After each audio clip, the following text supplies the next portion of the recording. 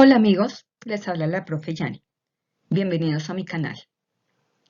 Vamos a hablar de movimiento rectilíneo uniforme. El problema número 6 de la física de Giancoli lo presentan de la siguiente manera. Una partícula en T1 igual a menos 20 segundos. Está en X1 igual a 3,4 centímetros. Y en T2 igual a 4,5 segundos está en X2 igual a 8,5 centímetros. ¿Cuál es su velocidad promedio? ¿Se puede calcular su rapidez promedio a partir de estos datos? Entonces, identificamos que en el problema se habla desde la partícula y que de ella se quiere calcular su velocidad promedio. Recordemos que la velocidad tiene carácter vectorial, es decir, que tiene módulo o valor, que tiene dirección y que tiene sentido. Tres características que debemos establecer en nuestra respuesta. Y una segunda pregunta, que si a partir de esa información podemos calcular su rapidez. Para representar el problema vamos a hacer un dibujito sobre la recta numérica. Como la partícula está en la posición 1 o pasa por la posición 1, x1 igual a 3,4 centímetros, la ubicamos y allí vamos a marcar el valor de x1. No voy a utilizar el dato ahí en la gráfica porque estoy utilizando una recta numérica.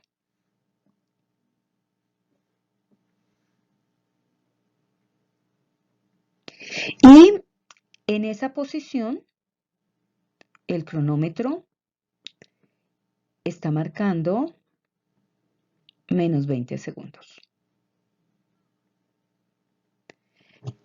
La partícula se va a mover de izquierda a derecha, entonces pinto una flecha para decir el sentido del movimiento y además transcurre el tiempo hasta que el cronómetro marque 4,5 segundos, entonces la posición en ese momento es de 8,5 centímetros. Entonces aquí tenemos la posición 2 y el tiempo 2, que es 4,5 segundos. Inicialmente voy a colocar una de las incógnitas, entonces, que es la velocidad. Bueno, entonces establecemos las variables conocidas. En este caso, la posición 1, 3,4 centímetros. La posición 2, 8,5 centímetros. El tiempo 1, menos 20 segundos. Y el tiempo 2, 4,5 segundos.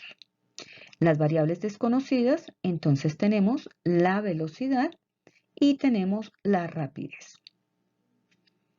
Entonces, identificamos que es un movimiento rectilíneo uniforme, rectilíneo porque se va a mover en línea recta. Establecemos, según mi marco de referencia, horizontalmente.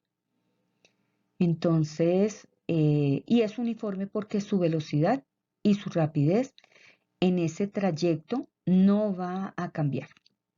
Entonces, los principios físicos que nos podrían contribuir a esas dos preguntas. Entonces, primero la velocidad. Tenemos que es el desplazamiento sobre el tiempo. Y el desplazamiento en este caso sería la posición 2 menos la posición 1 sobre el tiempo, tiempo 2 menos tiempo 1. Y la rapidez, que es el valor absoluto de ese desplazamiento sobre el tiempo. Entonces nos quedaría el valor absoluto de la diferencia entre x2 menos x1 sobre t2 menos t1. Recordemos que el valor absoluto es positivo. Entonces vamos a calcular inicialmente la velocidad. Entonces la velocidad, que es v con el carácter vectorial, vamos a sustituir los datos, que en este caso sería x2, 8,5. Le restamos x1, que en este caso sería 3,4. Y en el tiempo entonces sería en el denominador t sub 2, que sería 4,5. y le vamos a restar el tiempo 1. Pero como el tiempo 1 es negativo, entonces voy a utilizar un paréntesis para colocar el menos 20. En el numerador nos da un valor de 5.1.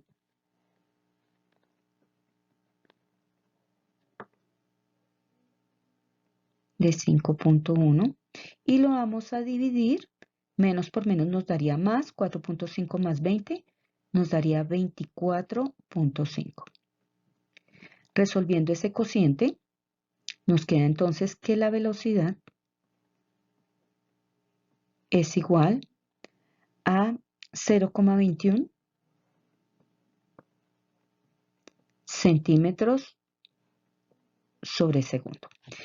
Pero como nos piden velocidad, aquí apenas tenemos el valor.